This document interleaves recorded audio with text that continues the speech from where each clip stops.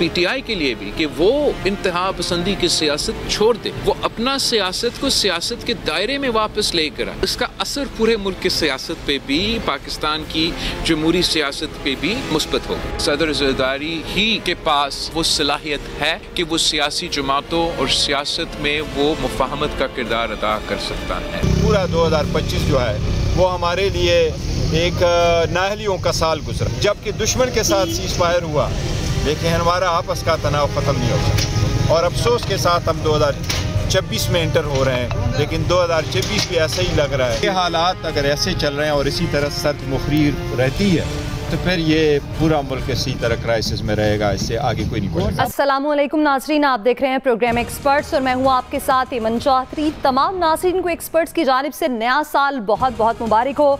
दुनिया 2026 में दाखिल हो चुकी है, नए अज़्म बांधे जा रहे हैं, नए वादे किए जा रहे हैं और नए अहदाफ भी तय किए जा रहे हैं।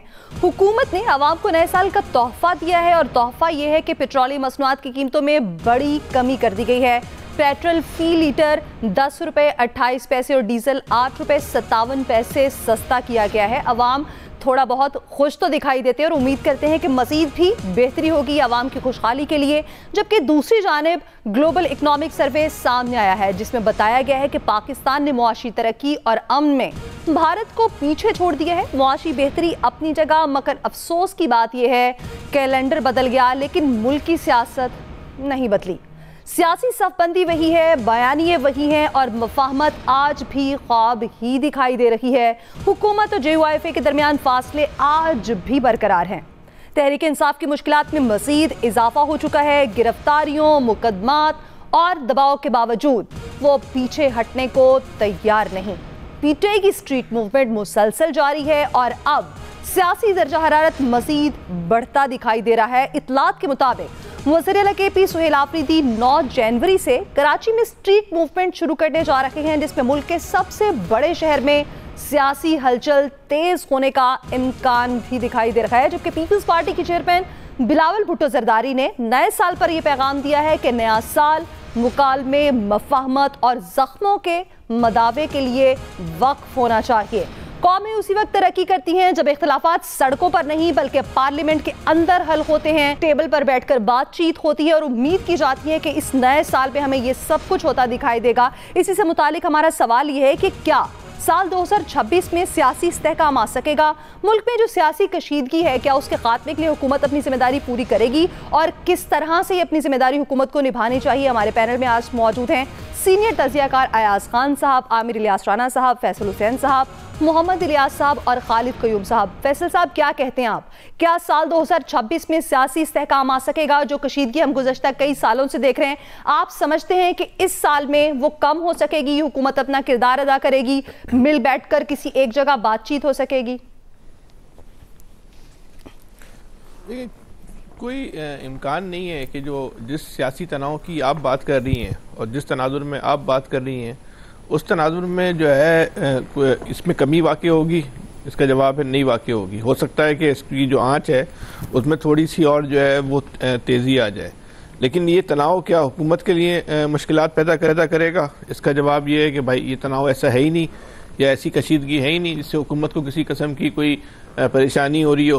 तो ऐसा भी जो है अब तक जो है नज़र नहीं आता। अब कल कोई ड्रामाई तब्दीली हो जाए तो वो एक अलग बात है। अभी तक की सूरत हाल में तो ऐसी कोई चीज़ नहीं है। अब सुहेल आफरीदी साहब कराची आ रहे हैं, अब कराची में 10 दिन रहे, 10 लाख आदमी रोजाना जमा कर लें, उससे क्या फ़र्क पड़ेगा? अव्वल तो ऐसा हो नहीं पाएगा, लेकिन चले एक लम्बे के लिए मान लें कि 10 लाख आदमी उन्होंने कराची में जमा कर रही है, तो वो क्या 10 लाख आदमी जो है वो अडियाला की तरफ मार्च शुरू कर देंगे? उनमें 10,000 आदमी क्या 10 आदमी भी शायद वो मार्च नहीं करेंगे। तो उस इधर कराची में अगर वो उन्होंने अपनी एक्टिविटी का ग्राउंड तैयार कर रहे हैं तो उससे क्या फ़र्क पड़ना है? उससे तो कोई फ़र्क नहीं पड़ना।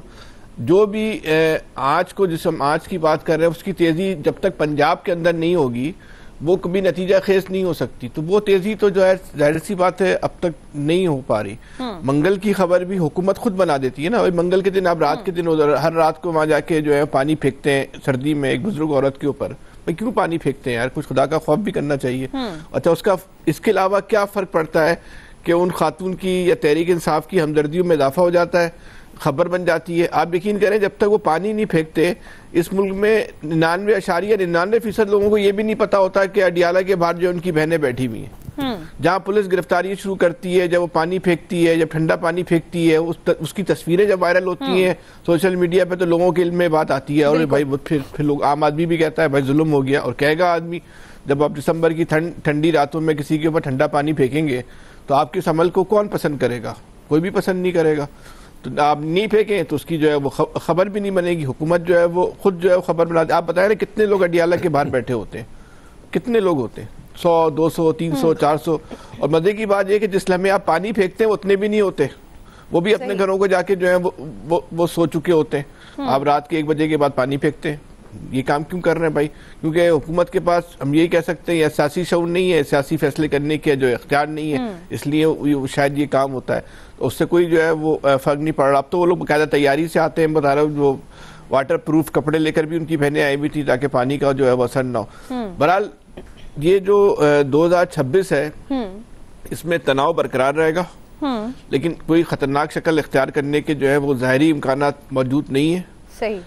ये जो तनाव है वो, इससे ये हम नहीं कह रहे अब जो तनाव की ज़ाहिरी शक्ल में खतरनाक इख्तियार नहीं कर सकता तो कोई हुकूमत की मकबूलियत बढ़ती जा रही है, ऐसा भी कुछ नहीं हो रहा। ये लोग अगर नहीं निकल रहे तो लोगों का मिजाज नहीं है निकलना, बिल्कुल वो नहीं निकल रहे। जिस तरह जिसको हम कहते हैं कि एहतजाजी तहरीक शुरू हो गई, बलवा हो गया, तबाही मच गई, इंकलाब आ गया, वैसे लोग नहीं आते। हम तो कहते हैं इस मुल्क के अंदर 8 फरवरी को इंकलाब आया था, एक पुरअमन इंकलाब था, जेन ज़ी का इंकलाब था। उस इंकलाब को जो है वो कबूल नहीं किया गया, ठीक है, लेकिन उस लोगों के जहनों में तो मौजूद है। दोबारा इलेक्शन होंगे, फिर इससे बढ़ के इंकलाब आएगा, इसी तरह का इंकलाब आएगा जैसे वोट के जरिए आया था। जिस इंकलाब की श्रीलंका, नेपाल और बांग्लादेश में मिसालें हम लोग तलाश करने की कर रहे हैं, वैसे हालात नहीं है पाकिस्तान में। सही। ना वैसे लोग हैं, ना वैसा माहौल है, ना वैसी ताकत है। सही। आमिर साहब, फैसल साहब तो कहते हैं कि इस साल भी सियासी कशीदगी इसी तरह ही बरकरार दिखाई देती है। आप क्या समझते हैं, क्या इसमें कोई कमी आ सकती है? हुकूमत अपना क्या किरदार अदा कर सकती है? क्योंकि मुआशी लिहाज पर हुकूमत कहती है कि बेहतरी हुई, सफारती लिहाज पर हम इस हवाले से एग्री भी करते हैं क्योंकि पाकिस्तान को सफारती लिहाज से बहुत कामयाबियां मिली हैं और उम्मीद करते हैं कि इस साल वो कामयाबियां दुगनी हो जाएंगी। लेकिन सियासी अदम इस्तेहकाम होगा तो मुल्क शायद उस तरह तरक्की नहीं कर पा रहा जैसे करनी चाहिए। वैसे 78 साल से मुल्क में सियासी इस्तेकाम ही चल रहा है ना, आप और हम देख रहे हैं। हमारे से पहले पैदा होने वाले, रहने वाले, चले गए सारे। इस मुल्क में सिस्टम दायरों के सफर में है। आप जेन ज़ी की जगह कोई नया नाम निकाल लेंगे तब भी यही कुछ होना है। जब तक हम सारे खुद ठीक नहीं होते, हम कोई सिस्टम को ठीक नहीं करना सोचते। उम्मीद की जानी चाहिए, जो हमने कल भी बात कही थी कि आखिरी सूरज डूब चुका है और आज नया सूरज आ गया हुआ है। तो माशाल्लाह हमें 2026 में उम्मीद रखनी चाहिए कि इस वतन अजीज़ में बेहतरी आए। और जिस मुफाहमत के बादशाह को बिलावल भुट्टो ज़रदारी अपने वालिद को कह रहे हैं, तो 9 जनवरी को उनकी राजधानी में PTI आ रही है। PTI के KP के सदर, और वो सदर तो खैर जुनैद अकबर है, मतलब वज़ीर आला आ रहे हैं। वो देखें वहाँ मफ्तू इलाके में कैसे फतह करेंगे। पहले लाहौर में आए थे। सोशल मीडिया पे वो कामयाब रहते हैं, यही बस उनकी कामयाबी है, इसी में वो खुश हैं कि लगे रहें मुन्ना भाई। फिर आप क्या करेंगे? आप क्या अपने लीडर की रिहाई के लिए अमली इक़दाम कर रहे हैं? कोई सियासी रास्ता आपने अपनाया है? आप ये समझते हैं कि मैं वज़ीर आला बन गया हूँ, KP में तो मुझे काम करने की जरूरत नहीं और मुझे बाकी सूबों में फतह करना है, तो आप ज़रूर जाएं, ये आपका हक है कि कोई बंदा रोक नहीं सकता।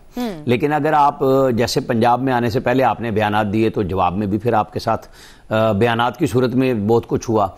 अब आप देख लें कि कल लिबर्टी में कितने हज़ारों लोग आए हैं न्यू ईयर के ऊपर, माशाल्लाह। मरियम नवाज ने, मरियम औरंगजेब, उनकी टीम ने बेहतरीन इक़दाम किए, वीडियोज़ मौजूद हैं। क्या आप छुपा सकते हैं उसे? क्या लिबर्टी में जब वज़ीर आला आए, आप कह दें लाइट बंद थी जी, दुकानें बंद करा दी, लोगों ने तो आना था ना आज खुद भाई। वो जो आप गाड़ियों में झंडे रख के KP से लेके आए थे, वो लेने वाला कोई नहीं था। क्यों नहीं था? वो लोग सोशल मीडिया पे जरूर दिखाए जाते हैं, इन्हें बांग्लादेश की तस्वीर ना लगानी पड़ती और लोग माजरतें करते फिर रहे हैं अब, क्योंकि इतनी ज्यादा गंदी हुई इनके साथ कि यार कहीं पे तो लोग खुद आ जाते हैं, इंडिजिनस होते कि हाँ हम अपनी पार्टी के साथ मोहब्बत करते हैं। जो फैसल साहब 10 लाख कह रहे हैं, हम और आप बैठे हैं, बिल्कुल लेके आए। बिल्कुल उनकी तंजीमों को चाहिए कि वो जो वहां भड़क मार प्रेस कॉन्फ्रेंस हो रही होती हैं तो लोगों को भी तो निकाले ना। आप यहाँ पे इल्ज़ाम लगा देते हैं, पर्चे होते हैं भाई। यहाँ पे आप भूल जाएं, बशीर मेमन साहब थे जब वो PMLN में आ गए, ठीक है, जो DGFIA थे, उनकी वाइफ को जिस वक्त कराए गए, बाद में जब वो रिटायरमेंट के बाद उनके कुछ इंटरव्यूज हुए तो उनको दिए गए नोटिस, उनकी वाइफ जो है वो पैरालाइज हैं, 2 साल से बोल नहीं सकती।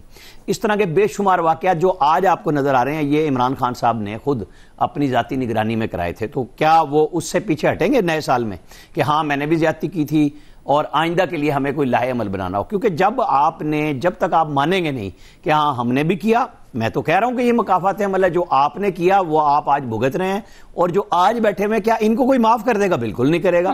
ये सबके सोचने की बात है कि इस मुल्क को चलाने के लिए सबको पीछे हटना है। अगर आप समझते हैं कि आप डंडा डोली करके इनकलाब लाएंगे तो जरूर कोशिश करें। आप 9 मई को इनकलाब ला चुके, 26 नवंबर को भी कर चुके, 5 अगस्त को भी कर चुके। अब आपके साथ आपके अपने लोग नहीं खड़े होते। वो जो बुजुर्ग बहनें इमरान खान की बाहर आके बैठती हैं, उनके साथ लोग कितने होते हैं? चंद दर्जन भी नहीं होते। और बस फोटोशूट कराया, वो पैराशूट ऊपर पहन के आते हैं कि जी अब हमारे ऊपर पानी मारो और हम निकल जाएंगे। तो क्यों हो रहा है भाई ये? उनकी बहनों को तना किसने छोड़ा? पंजाब की पीटीआई की क्यादत ने छोड़ा। पंजाब के एमपीएज ने, जिन्होंने सीएम केपी को पंजाब असेंबली में इस्तकबाल तक नहीं किया, उन्होंने छोड़ा। जो सारे सम्राट ले रहे हैं, तनख्वाहें और फवायद ले रहे हैं, तो वो पीटीआई के लोग कहां हैं? जब वो नहीं आते तो फिर सीएम को जितने मर्जी दौरे करा लें, एक एक कदम पीछे हटना होगा, फिर रास्ता बनेगा। सही। अयाज साहब, आप क्या कहते हैं? क्या एक एक कदम पीछे होकर भी आपको लगता है कि यहाँ एक पहली बात तो ये कि एक एक कदम ये पीछे भी होंगे और कहीं मफाहमत होती है आपको दिखाई देती है, कुछ इस्तेहकाम सियासी तौर पर आपको नजर आता है कि हो पाएगा? एमन, पहले तो 21वीं सदी का 26वां साल और एक्सप्रेस न्यूज की 18वीं सालगिरह मुबारक हो। जी, खैर मुबारक। उसके बाद जो इस वक्त आया, क्या हुआ? फैसल साहब पूछ रहे हैं यार जुबानी चलता है यार, केक आपको व्हाट्सएप कर देते हैं अभी यार, ये कौन सा इशू है? देखिए जुबानी, बिल्कुल टेंशन नहीं लेनी है। तो डिजिटल दौर है ना? हाँ, डिजिटल दौर में ऐसे ही चलना चाहिए। ये सिस्टम जिसकी हम बात कर रहे हैं, ये चल रहा है। खाना तो डिजिटल नहीं खाते। नून लीग और पीपल्स पार्टी की बैसाखियों के सहारे। अब जाहिर है जब आप पॉपुलर एक पार्टी को बाहर रख रहे हैं, लिबर्टी की बड़ी अच्छी मिसाल दी राणा साहब ने, सारे रास्ते बंद करके उसके बाद बत्तियां बुझा के आप कहते हैं लोग नहीं आए, गिरफ्तारियां करके आप कहते हैं लोग नहीं आए। बिल्कुल ठीक है, आपका राइट है, आप वो क्लेम कर लें कि जी लोग नहीं आए थे। जश्न के लिए लोग रात आए थे। एक सीएम जाहिर है जिसका लीडर जेल में है और वो एक सियासी सरगर्मी के लिए अगर अपने सूबे से निकल के किसी सूबे में जा रहा है, तो हम उसकी भी तारीफ नहीं कर रहे, हम उस पर भी तनकीद कर रहे हैं। क्योंकि गंडापुर पे तो जाहिर है वो जो कर रहे थे गंडापुर साहब, वो तो काबिले बर्दाश्त चीज़ें थी नहीं, होनी भी नहीं चाहिए। लेकिन वो एक अगर पॉलिटिकल मूव करना चाह रहा है तो उस पर भी हमें एतराज़ है। सोशल मीडिया का बहुत ज़्यादा हवाला दिया जाता है। ये हवाले हमने उस वक्त भी सुने जब 8 फरवरी के इलेक्शन से पहले कहा जा रहा था कि लोग सोशल मीडिया पे वोट डालेंगे पीटीआई को। ग्राउंड रियलिटीज़ इससे बिल्कुल मुख्तलिफ थी। वहाँ जिस तरह से लोगों ने जाके, ख़वातीन ने स्पेशली, मेरे लिए खुद हैरानकुन था, इतने इलेक्शन में मैंने वोट डाला, मैंने ख़वातीन की इतनी बड़ी तादाद पोलिंग स्टेशंस पे नहीं देखी थी उससे पहले। चलें, वो माजी का हिस्सा बन गया। होता ही है कि मसला कब होता है जब आप मुखालिफ को इतना कमज़ोर समझना शुरू कर दें कि वो तो मुक गया, बिल्कुल ख़त्म हो गया, तो वो चीज़ ठीक नहीं होती। 2026 में ये उम्मीद करनी चाहिए, ये बिल्कुल पीटीआई को भी अपने उस रवैश से पीछे हटना चाहिए और पड़ेगा उस रवैश से। ये मार धाड़ की सियासत नहीं चलनी चाहिए। हमने अपने ये खित्ते के बेशुमार ममालिक में देखा, वो इसी तरह होता था, एहतजाज भी हो रहा था, जलाओ घेराव भी हो रहा था। कुछ समझ आ गई बहुत से मुल्कों को। इंडिया की मिसाल आपके सामने है, वहां से वो जैसा भी रिजल्ट आए, अब वो मोदी साहब पे इल्जाम जरूर लगता है कि वो रिगिंग कर रहे हैं इलेक्शंस में, लेकिन बाहर सड़कों पे उस तरह से लोग आके वो एहतजाज नहीं करते। सही। वो शाऊर की उस मंजिल तक शायद इंडियंस पहुंच चुके हैं जिसमें पहुंचने में हमें टाइम लगेगा, लेकिन ये सबके मफाद में होगा, इस मुल्क के मफाद में होगा कि सारी पॉलिटिकल फोर्सेस इकट्ठी हों। सही। ये जो अनार्की है, जो कैओस है, इसको खत्म किए बगैर चीजें, मतलब सिस्टम चलता रहेगा, ये गवर्नमेंट भी चलती रहेगी, इससे फर्क नहीं पड़ेगा, लेकिन इस मुल्क को चलाने के लिए ये बहुत जरूरी है कि सब अपनी अनाओं की कुर्बानी दें, एक एक कदम पीछे हटें, इस मुल्क के लिए अपनी जात की नफी करेंगे, फिर ये मुल्क आगे बढ़ेगा। इसके लिए हम तो सिर्फ एमन इनसे अपील ही कर सकते हैं। बिल्कुल अयाज साहब, आप और मैं तो यहाँ हम ये बात करते हैं इस मुल्क की बेहतरी की, आवाम की बेहतरी के लिए, लेकिन जो सिस्टम में मौजूद लोग हैं जिन्होंने इस चीज़ के बारे में सोचना है और अमल करना है, उनको ये समझने की ज़रूरत है। इलियास साहब, आप क्या समझते हैं? बिलावल साहब जो ये कहते हुए दिखाई देते हैं कि नए साल को वक्फ करना चाहिए मफाहमत के लिए, बातचीत के लिए, आपको लगता है ऐसा हो पाएगा? देखिए, बिलावल साहब बिल्कुल ठीक कहते हैं, उनकी बड़ी पार्टी है और बिल्कुल इस चीज़ का सब पार्टी के लोगों को इदराक है। ये नहीं पीपल्स पार्टी, दूसरी पार्टियों को भी, कि अगर मुल्क को तरक्की की तरफ लेके जाना है तो सबको एक पेज पर आना पड़ेगा। तो इसके लिए जो बिल्कुल है ठीक है, इनको आपस में आना चाहिए। अगर किसी के इख्तलाफात भुलाने चाहिए, एक एक कदम पीछे जाएँ और जाके बैठ के बातचीत करें, और जो सिस्टम है जो एक रुका हुआ है उसको चलाने के लिए अपना एक किरदार अदा करें। देखें, जब सब एक पेज पर आए तो हमारी खारजा पॉलिसी भी ठीक हुई। जब मुल्क पर एक मसला बना, इंडिया की जानिब से दहशतगर्दी की गई या मुल्क के ऊपर हमला किया गया, तो सब एक पेज पर आके सब ने खारजा पॉलिसी पर जाके बातचीत की और सबकी एक ही ज़ुबान थी। तो ज़ाहिर है इसके लिए मुल्क के अंदर भी इख्तलाफात भुलाने के लिए सबको एक पेज पर आना पड़ेगा, और ये किसी को नहीं है। हाँ, जो हैं बिल्कुल जरदारी साहब हैं या नवाज शरीफ साहब हैं, इन सब को आना चाहिए, बल्कि उनको भी लेके आना चाहिए। जो जेल में बैठे हैं उनको भी लेके आएँ, उनको बातचीत करें, और जो पेज हैं आपस में इख्तलाफात बुलाएं, जो आपस में सिस्टम जो रुक जाता है, बार बार लॉन्ग मार्च कभी करने लग जाते हैं, सड़कों पर आ जाते हैं। हालांकि पार्लियामेंट में जाके बातचीत करें, आपस में मसले हल करें, लोगों के लिए मसले हल करें, तरमीम ऐसी करें कि जिससे लोग आम आदमी का फ़ायदा हो, जिस आम आदमी को, क्योंकि आवाम को पता है आवाम की जंग इनके मसलों से जंग नहीं, इक़्तिदार की जंग। आवाम की जंग है भूख से है, गुर्बत से है, बेरोज़गारी से है, जो कि सबसे बड़ा मसला है उनको, कि जो अगर उनके मुल्क के अंदर रोज़गार के मौके फराहम करें, ताकि उनकी क़ुव्वत जो ख़रीद है वो जो दम तोड़ गई है। आप 1 करोड़ बंदा जो है ख़त गुर्बत से और कम नीचे चले गए, तो फिर किसको फ़ायदा है इन जंगों से? ये जो पार्लियामेंट में हो रही हैं या सड़कों पर लेके आ रहे हैं, तो इसमें आम आदमी का तो फ़ायदा नहीं है। आम आदमी का जो फ़ायदा है सबसे बड़ा गुर्बत और बेरोज़गारी है, उनको बेहतर तालीम मिले, सेहत की सहूलतें मिले, तो वो जो चीज़ें हैं उसके लिए काम करें।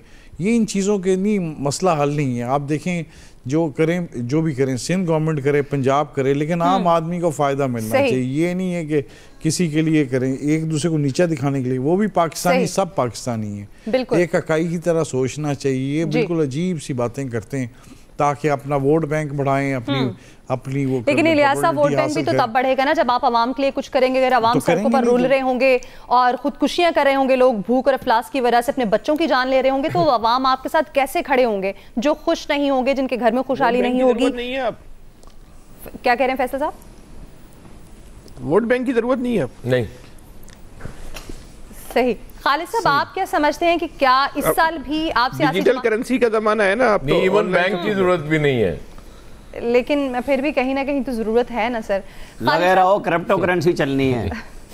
खालिद साहब, आप क्या समझते हैं कि आप भी सियासी जमातें सड़कों पर होंगी या फिर कहीं पार्लियामेंट में बैठकर बातचीत हो पाएगी?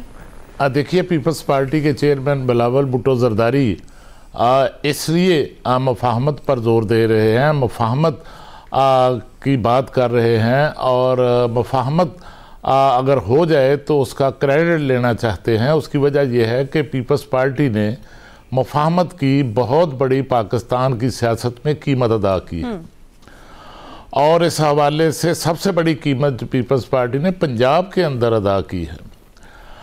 और इसमें देखना यह है कि सारे जो सियासी हलके हैं, दानश्वर हलके हैं और समाजी हलके हैं, उनकी तरफ से भी इस राय का इजहार किया जाता है और तोक़ो की जाती है कि मुफाहमत के जिनको मुफाहमत का बादशाह कहा जाता है, सदर पाकिस्तान आसिफ अली जरदारी, क्या वो मुफाहमत के लिए कोई किरदार अदा करेंगे?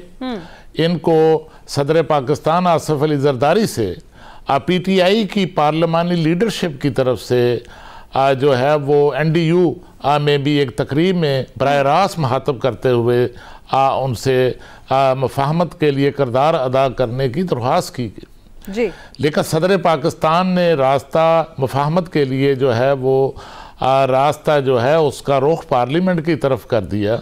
लेकिन इसमें यह भी देखना है कि अगर बिलावल भुट्टो कहते हैं कि मुफाहमत करवाएं सदर पाकिस्तान, तो ये देखना है कि सदर पाकिस्तान आसिफ अली जरदारी के पास इस मुफाहमत के लिए कितना मैंडेट हासिल है। क्या वो उन्हें ऐसे इख्तियारात हासिल हैं कि वो कोई मुफाहमत करवाने की पोजीशन में है।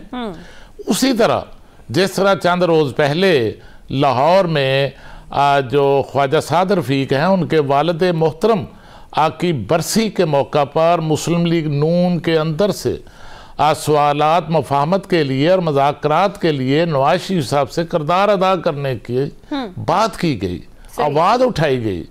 लेकिन उसके साथ भी इसी तरह के सवालात आए कि क्या इस सूरत हाल में नवाज शरीफ साहब मुफाहमत के लिए और मज़ाकरात के लिए कोई किरदार जो है वो अदा कर सकते हैं। सही।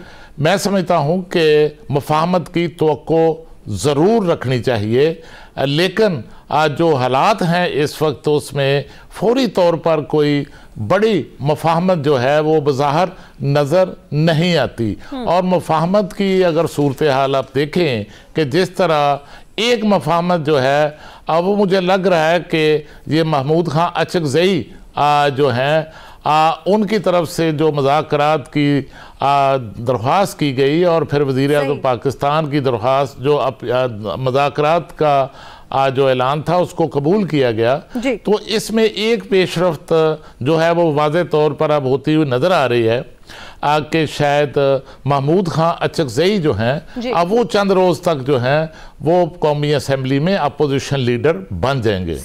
क्योंकि उनके अपोजिशन लीडर बनने की राह में जो रुकावट हायल थी, जो केस जो है उमर अयूब को अपोजिशन लीडर से हटाने के ख़िलाफ़ पेशावर हाई कोर्ट से में किया गया था, वो पीटीआई की क़यादत ने वो केस जो है वो वापस ले लिया है। और अब इस हवाले से बैरिस्टर गोहर और आमर डोगर जो उनके चीफ व्हिप हैं उनकी तरफ से बाकायदा असम्बली सेक्रेटेरिएट से रजू किया गया है और इन्हें इस हवाले से तफसीलात दे दी गई हैं।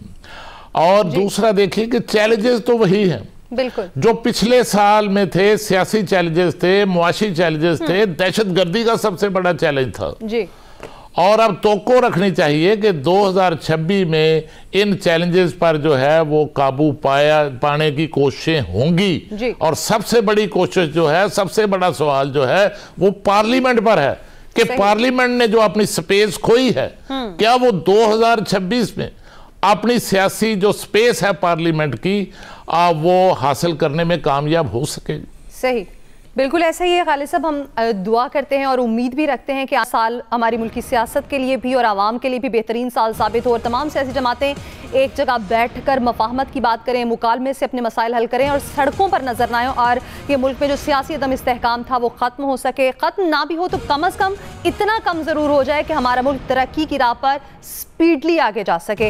इस हवाले से एक्सपर्ट्स की राय आपने जानी। प्रोग्राम में यहाँ वक्त है ब्रेक का। ब्रेक के बाद हम बात करेंगे साल 2026 से मुतालिक अमरीकी थिंक टैंक की रिपोर्ट ने तहलका मचा दिया है और उस रिपोर्ट में एक बार फिर से पाक भारत जंग का खदशा जाहिर कर दिया गया है। पाकिस्तान और भारत के दरमियान दोबारा जंग का कितना खतरा है, इस पर बात करेंगे ब्रेक के बाद। वेलकम बैक नाज़रीन। साल 2026 के आगाज पर एक अमरीकी थिंक टैंक की रिपोर्ट ने आलमी सतह पर खतरे की घंटियां बजा दी हैं। उस रिपोर्ट में खबरदार किया गया है कि रवां साल दुनिया के मुख्तलिफ खित्तों में खतरनाक आलमी तनाज़ात जन्म ले सकते हैं और जनूबी एशिया के एक बार फिर हॉटस्पॉट बनता दिखाई दे रहा है। उस रिपोर्ट के मुताबिक अफगानिस्तान और पाकिस्तान के दरमियान कशीदगी दोबारा तसादुम की शक्ल इख्तियार कर सकती है। सरहदी हालात, सिक्योरिटी खदशात और खित्ते में मौजूद अदम इस्तेहकाम इस खतरे को मजीद बढ़ा रहा है। सबसे तशवीशनाक पहलू पाक भारत ताल्लुकात से मुतालिक है। अमरीकी थिंक टैंक ने यह वाज़ेह तौर पर इंदिया दिया है कि साल 2026 में भारत और पाकिस्तान के दरमियान दोबारा जंग का खतरा मौजूद है। माजी की दुश्मनी, सरहदी तनाज़ात और भारत की जारहाना पॉलिसी खित्ते को एक बार फिर तसादुम की जानिब धकेलने पर मजबूर कर सकती है। इससे मुतालिक हमारा सवाल ये है कि अमरीकी थिंक टैंक की रिपोर्ट में एक बार फिर पाक भारत जंग का खदशा तो जाहिर किया गया है, 2026 में पाक भारत जंग का कितना खतरा है, आमिर साहब क्या कहते हैं आप? देखें, ये पाक भारत जंग जो 10 मई को हमने लड़ी और जीती अल्हम्दुलिल्लाह, उसके बाद ये थिंक टैंक रह गए हैं। ये तो सारे के सारे बेचते थे कि जब भी लड़ाई होगी तो पता नहीं इंडिया पाकिस्तान के साथ क्या कर देगा, और ये सारा एक बनाया गया इमेज था जो पाकिस्तान की मुसल्लह अफवाज ने अल्लाह के फजल से तबाह और बर्बाद कर दिया। इंडिया भी 10 दफ़ा सोचेगा, लड़ाई तो बिल्कुल है ऑब्वियस और पानी के ऊपर है। हम बिल्कुल देख रहे हैं उनको कि वो इंडस के मुआहदे के खिलाफ वर्जी करते हुए उनको 4-5 साल तो वैसे ही लगने हैं, लेकिन पाकिस्तान ने तो वॉर का ऐलान किया हुआ है और इसके ऊपर हमने फर्स्ट स्ट्राइक करनी है। हम ये नहीं कहेंगे कि जी उन्होंने किया था और हम अक़वाम मुत्तहिदा के राइट के तहत जवाब दे रहे हैं। नो, हमारी लाइफ लाइन पे जब आएंगे तो वो जो कहते हैं ना खुन्ने सेकने वाला काम, वो बिल्कुल तैयार है। हमारे उनके जो मिसाइल हैं उनसे बहुत अच्छे मिसाइल हमारे अपने टारगेट पे फिक्स हैं और 1-2 दफ़ा वो कोशिशें कर चुके हैं। कोई कल भी मैंने बात की थी, इस पे बिल्कुल कोई दो राय नहीं है। अफगानिस्तान को शौक पूरा करना है, ज़रूर पूरा करें। ये अब अमरीकी हों, फ्रेंच हों, वो इसराइली थिंक टैंक हो, इंडियन के अपने हों, उन सबको अब ये पता चल गया कि हमारे साथ हुआ क्या था। अभी तक उन्हें ये भी नहीं क्लियर हुआ कि आइंदा उनके साथ क्या होगा। हमने तो अपनी प्रोग्रेस थोड़ी सी दिखाई थी और कुछ उनको पता चल गई, अगली हमने तैयारी कर ली है। मैं तो इंशाल्लाह ये दावे से कहता हूं कि ये आए, वो कहते हैं ना जी आया नू, जरूर आओ। सही। खालिद साहब, आपको क्या लगता है, क्या अमेरिकी रिपोर्ट के मुताबिक जो उनके थिंक टैंक की जानिब से रिपोर्ट आई, एक तो उस पर कॉमेंट कीजिएगा, दूसरा ये कि क्या खित्ता मजीद किसी इस तरह के तनाज़ात का मुतामिल हो सकता है? देखिए, जब तक मसले कश्मीर हल नहीं होता और इस हवाले से मामला तय नहीं होता, और इसके साथ जिस तरह राणा साहब ने फरमाया कि जब तक पानी का मसला जो तनाज़ा है ये हल नहीं होता, अब तो ये पहले सिर्फ कश्मीर का मसला था, अब उसके साथ जो है वो कश्मीर से बहने वाले जो दरिया हैं उन पर जो बंदिशें लगाई जा रही हैं भारत की तरफ से, बंद किया जा रहा है, ये भी उसके बराबर ही एक बड़ा तनाज़ा जो है वो बन चुका है। और ये दोनों तनाज़े जो हैं ये पाकिस्तान और भारत के दरमियान जंग का बायस बन सकते हैं। और दूसरी तरफ अगर आप देखें तो जंग तो पाकिस्तान और भारत के साथ जंग जो है वो तो ख़त्म ही नहीं हुई।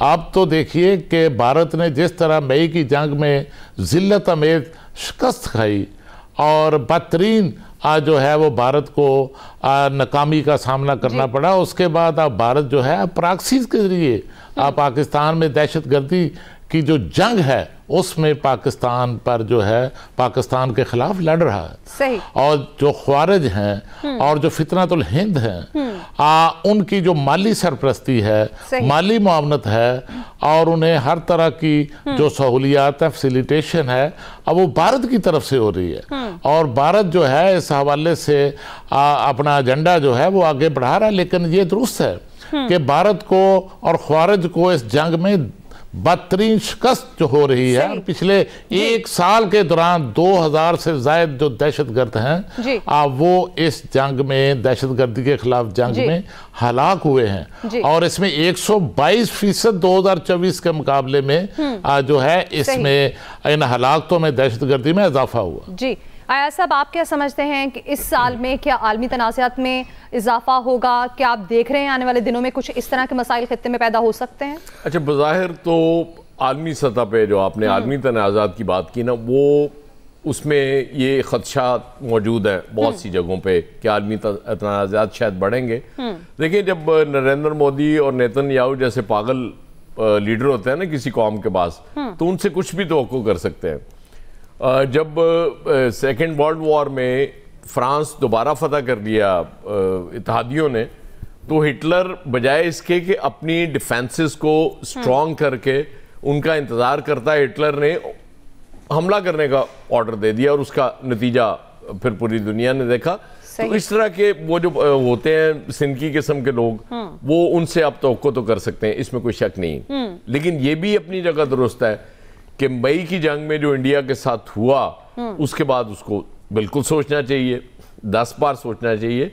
और ये इंटरनेशनल कम्युनिटी पे भी ये बहुत बड़ी जिम्मेदारी, specially US, China, Russia, Britain, कि वो जो इंडिया दरियाओं पे वो जो चीजें करने जा रहा है हमारे साथ पानी के हवाले से करने जा रहा है, उसको इंडिया को रोकें। अगर नहीं रोकेंगे तो फिर अल्टीमेटली वो जाहिर है उस पर तो हम पीछे नहीं हटेंगे, वो तो जंग करनी पड़ेगी, क्योंकि हमने प्यास से तो नहीं मरना। बिल्कुल हमने जाहिर है फिर अपने उसके लिए, और हम जाहिर है वो अनाउंस भी कर चुके हुए हैं, तो इसलिए मेरे ख्याल इंटरनेशनल फोर्सेस की जिम्मेदारी बढ़ जाती है कि इंडिया को समझाने की कोशिश करें, नहीं तो फिर सानू समझाना पड़ना। बिल्कुल ऐसे है, क्योंकि आयाज साहब हम अमन की बात करते हैं, लेकिन अमन हमारी दूरी नहीं है, हमारी ताकत है। अगर दुश्मन हमारी तरफ देखेगा तो उसी तरह मुंह की खानी पड़ी, जैसे हमेशा उसको पलट कर जाना पड़ता है, मुंह की खानी पड़ती है। इस पर मजीद की बात करेंगे ब्रेक के बाद।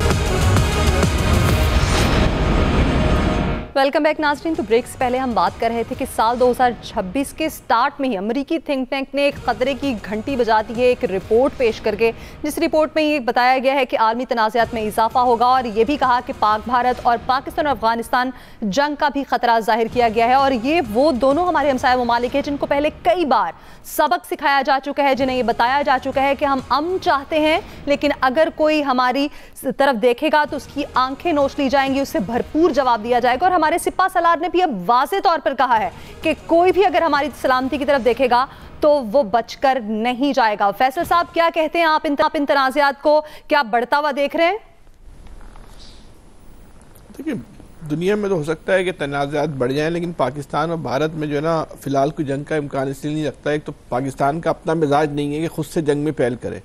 पाकिस्तान का मिजाज जो है कि जब पाकिस्तान से कोई छेड़छाड़ करता है तो पाकिस्तान उसको चीर के रख देता है, लेकिन खुद से जो है जंग में जो है पहल नहीं करता। भारत का जो पाकिस्तान ने हशर कर दिया है, भारत 10 साल तक खड़ा ही नहीं हो सकता। भारत के हाथ पैर तोड़ दिए हैं, सर पे उसके स्टेचेस हैं, उसकी रीढ़ की हड्डी तोड़ दी है। भारतीय फौज तो अपनी कौम को मुंह दिखाने के काबिल नहीं रही, वो अब जंग क्या करेगी? तो फिलहाल भारत के साथ तो इम्कान नहीं है। भारत के जो हशर किया है ना पाकिस्तान ने, मतलब भारतीय फौज की अभी तक समझ में नहीं आ रहा है कि उसके साथ हुआ क्या है। तो वो तो अब 10 साल तक तो भूल जाए, फौज जो है ना वो खड़ी हो सकती है। वो कहते हैं हम दुनिया की 5वीं बड़ी फौज है। अब भाई ऐसी 5वीं बड़ी फौज होने का फायदा क्या है जो अपने से एक छोटी फौज से भी नहीं लड़ सकते। अब ये दुनिया की सबसे आखिरी फौज है, इसका नंबर नहीं है फौज में, ये किसी से भी नहीं लड़ सकते। सही। इलियास साहब आप क्या कहेंगे?